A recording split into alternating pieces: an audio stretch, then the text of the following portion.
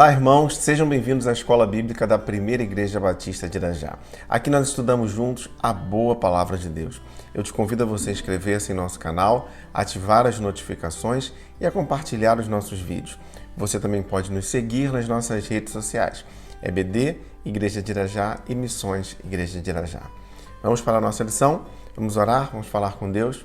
Feche seus olhos. Querido Deus, nós te louvamos porque mais uma vez podemos te buscar, podemos estudar a Tua palavra, podemos ouvir a Tua voz. Assim eu oro, esse é o meu desejo, que nós possamos ouvir a Tua voz, que o Senhor fale aos nossos corações nesse momento. Desde já eu peço que o Senhor abençoe cada uma das nossas famílias. E assim eu oro, em nome de Jesus. Amém.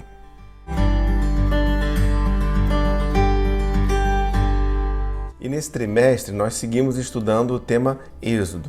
Utilizamos para isso a revista Compromisso da editora Convicção. O título da lição de hoje, Moisés enfrenta Faraó. A partir do capítulo 7 do livro do Êxodo, nós vemos aqui as narrativas alusivas às pragas que atingiram o Egito, até que Faraó autorizasse Moisés a sair com todo o povo. Êxodo capítulo 7, verso 5. E os egípcios saberão que eu sou o Senhor, quando eu estender a minha mão contra o Egito e tirar de lá os israelitas. As pragas, elas mostravam que o verdadeiro Deus era o Deus de Israel. Com elas, o Senhor estava exercendo juízo sobre os deuses egípcios e também sobre Faraó, que era considerado um deus. Mas nós não devemos olhar para as pragas apenas como uma demonstração de poder. Elas, na verdade, foram 10 oportunidades que a graça de Deus concedeu a Faraó para que ele se arrependesse da sua soberba e permitisse então a saída dos israelitas. Nós podemos até dizer que elas tinham um apelo evangelístico aos egípcios. E de fato, alguns egípcios, eles passam a acreditar em Deus, o Deus dos israelitas, tanto que muitos deles vão sair do Egito acompanhando os israelitas quando da sua libertação. Êxodo capítulo 12, verso 38. Grande multidão de estrangeiros de todo tipo seguiu com eles, além de grandes rebanhos, tanto de bois como de ovelhas e de cabras. Hoje nós vamos comentar um pouco sobre essas pragas. A primeira praga, águas se transformam em sangue.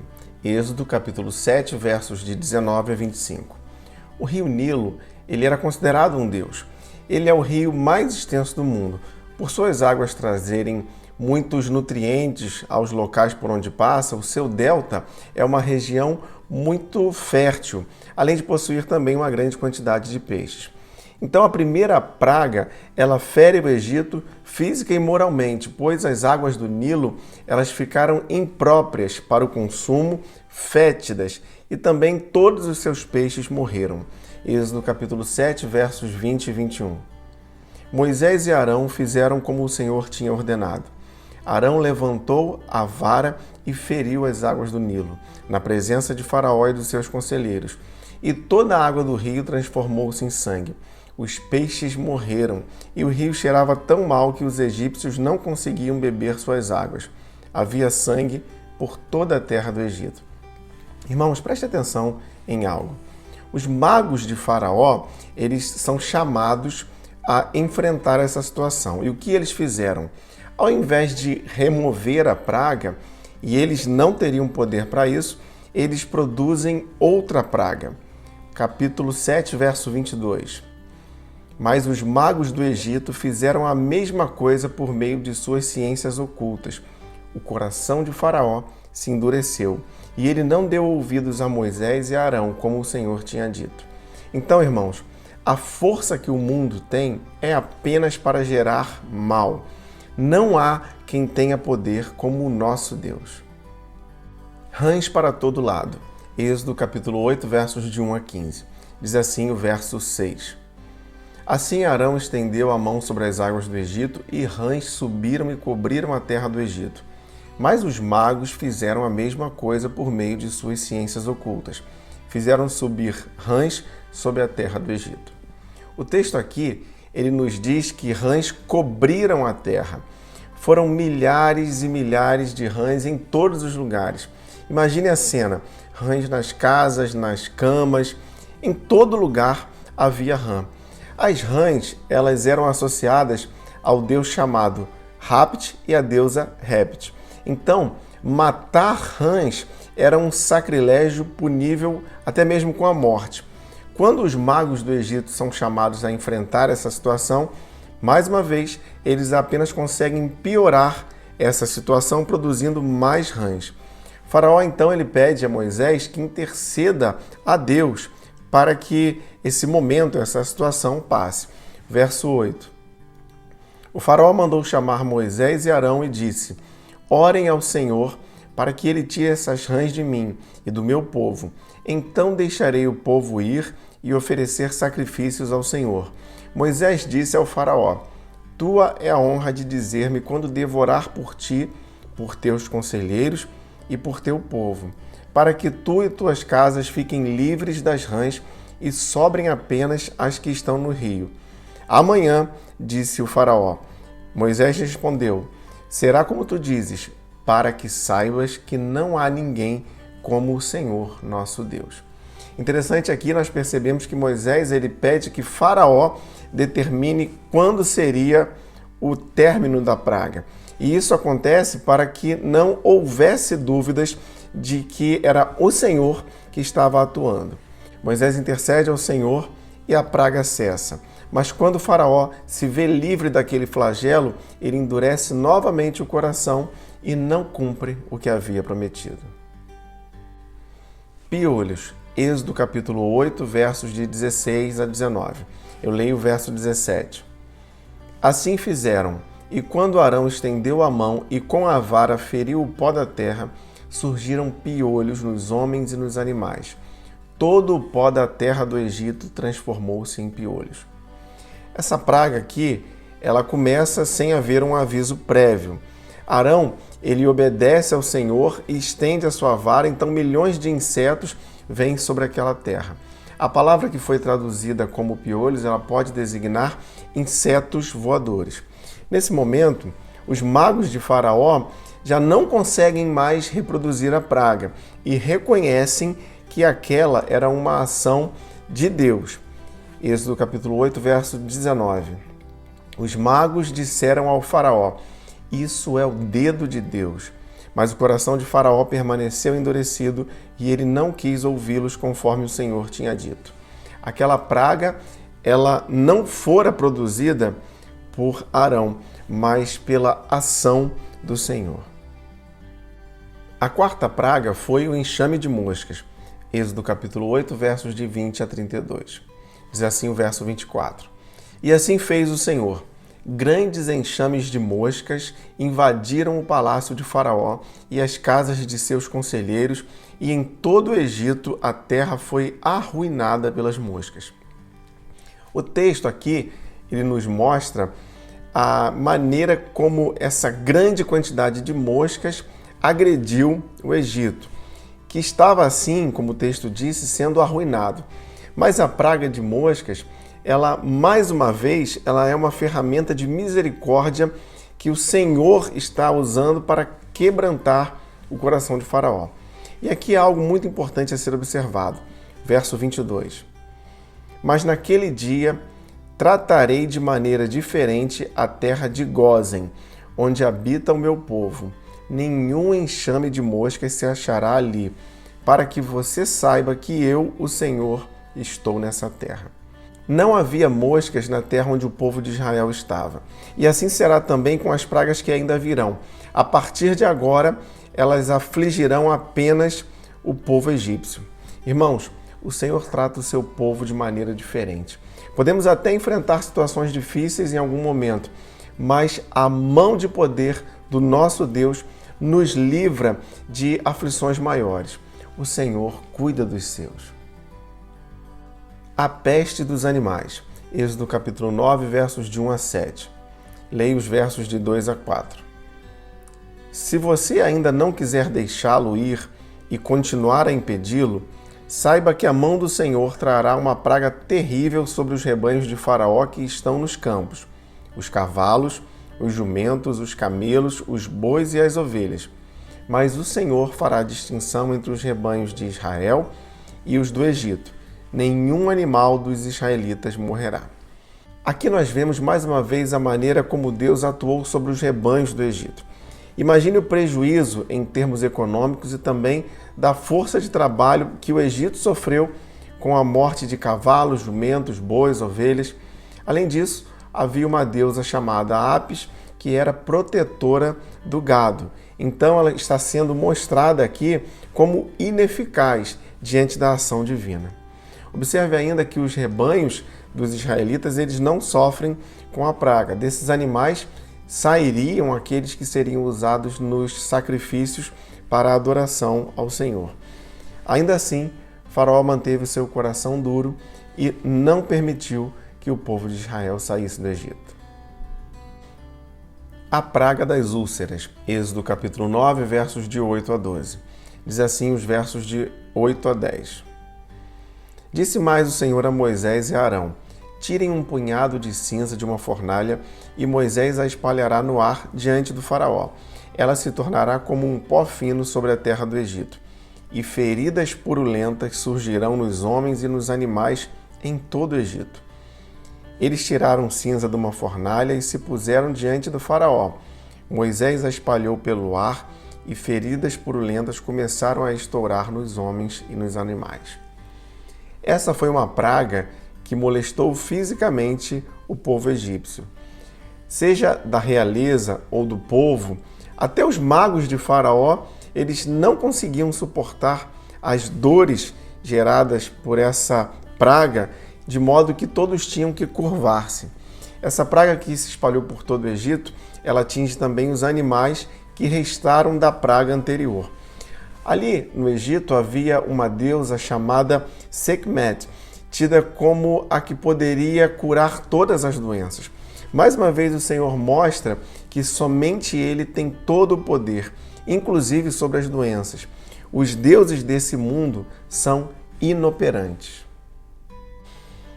A sétima praga foi o granizo, Êxodo capítulo 9, versos de 22 a 35. Eu leio os versos de 23 a 25.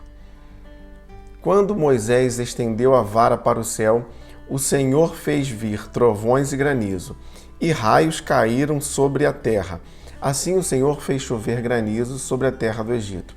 Caiu granizo e raios cortavam o céu em todas as direções. Nunca houve uma tempestade de granizo como aquela em todo o Egito, desde que este se tornou uma nação. Em todo o Egito, o granizo atingiu tudo que havia nos campos, tanto animais como homens. Destruiu toda a vegetação, além de quebrar todas as árvores. Essa aqui é uma praga altamente destruidora.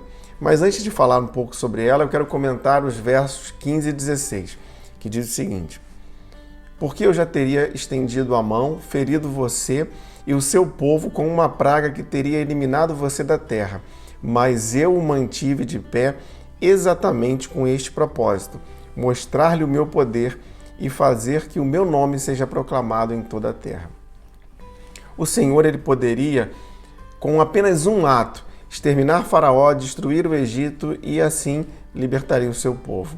Mas o propósito do Senhor, segundo o texto, era de fazer o seu nome proclamado em toda a terra. Vale a observação de que as pragas tinham um efeito pedagógico sobre o Egito, também sobre o povo de Israel e ainda sobre as demais nações, uma vez que o nome do Senhor ele foi proclamado como o Deus que age com braço forte para livrar o seu povo. Mas, falando sobre a devastadora praga do granizo, ela atuou até mesmo sobre a vida dos egípcios que estivessem nos campos. Nesse momento, já havia egípcios que temiam ao poder do Senhor. Versos 20 e 21 do capítulo 9. Os conselheiros de Faraó, que temiam a palavra do Senhor, apressaram-se em recolher aos abrigos os seus rebanhos e os seus escravos. Mas os que não se importaram com a palavra do Senhor deixaram os seus escravos e os seus rebanhos no campo. Faraó, dessa vez aqui, ele pareceu até que ia ceder diante daquelas pragas, chegando a declarar no verso 27: desta vez pequei, O Senhor é justo e o meu povo e eu é que somos culpados. Mas assim que a praga cessou, Faraó endurece novamente o seu coração e não permite a partida de Israel. O verso 35 do capítulo 9. O coração de Faraó continuou endurecido e ele não deixou que os israelitas saíssem. Gafanhotos, Êxodo capítulo 10, versos de 12 a 20. Ainda que os conselheiros de Faraó já estivessem o aconselhando a deixar o povo ir e prestar culto, Faraó ele mantém-se obstinado. O Egito então é atingido por uma praga de gafanhotos. Verso 13 do capítulo 10 diz o seguinte: Moisés estendeu a vara sobre o Egito e o Senhor fez soprar sobre a terra um vento oriental durante todo aquele dia e toda aquela noite. Pela manhã, o vento havia trazido os gafanhotos. Verso 15. Eles cobriram toda a face da terra de tal forma que essa escureceu. Devoraram tudo o que o granizo tinha deixado, toda a vegetação e todos os frutos das árvores. Não restou nada verde nas árvores, nem nas plantas do campo, em toda a terra do Egito. As pragas elas estão afetando o Egito de tal forma que o pouco que havia sobrado da praga anterior, que foi o granizo, agora está sendo destruído pelos gafanhotos. Nada verde, nenhuma planta escapa. Osíris, o protetor da vegetação e Deus supremo do Egito, junto com o Deus chamado de Ra, mostra-se inútil diante do Senhor. A nona praga, trevas, Êxodo capítulo 10, versos de 21 a 29. Eu leio os versos 22 e 23. Moisés estendeu a mão para o céu e por 3 dias houve densas trevas em todo o Egito. Ninguém pôde ver ninguém, nem sair do seu lugar durante 3 dias. Todavia, os israelitas tinham luz nos locais em que habitavam. O Deus Sol no Egito, ele chamava-se Ra. Ele era considerado o doador da vida. As trevas, elas não apenas estão afrontando o principal Deus da crença egípcia, como também provaram que Jeová é o único Deus, pois na casa dos hebreus a praga não chegou. Faraó então irou-se, ele chama Moisés e o ameaça de morte, mas mantém a dureza de coração. Irmãos, Faraó está desmoralizado. O Egito está em ruínas diante da poderosa mão de Deus. As pragas, elas tiveram, como eu disse, um efeito pedagógico. Elas ensinaram sobre o Deus Todo-Poderoso que cuida do seu povo, ensinaram também a ineficácia dos falsos deuses e mostraram que Israel deveria temer somente ao Senhor e crer em Moisés. Que assim seja conosco, que reconheçamos o único Deus, sem colocar nossa fé nos falsos deuses desse mundo e que sigamos firmes, sabendo que o Senhor cuida do seu povo. Na próxima lição, nós seguiremos falando sobre a instituição da Páscoa e a 10ª praga. Vamos orar? Ó Deus, nós te louvamos, ó Pai, porque sabemos que o Senhor cuida de nós em todo o tempo. Que nós possamos então caminhar firmes debaixo da tua poderosa mão, sabendo que o Senhor tem o melhor para cada um de nós. Cuida, ó Pai, das nossas famílias, ó Pai, e que nós possamos a cada dia te honrar em tudo que fizermos. Essa é a nossa oração, em nome de Jesus. Amém.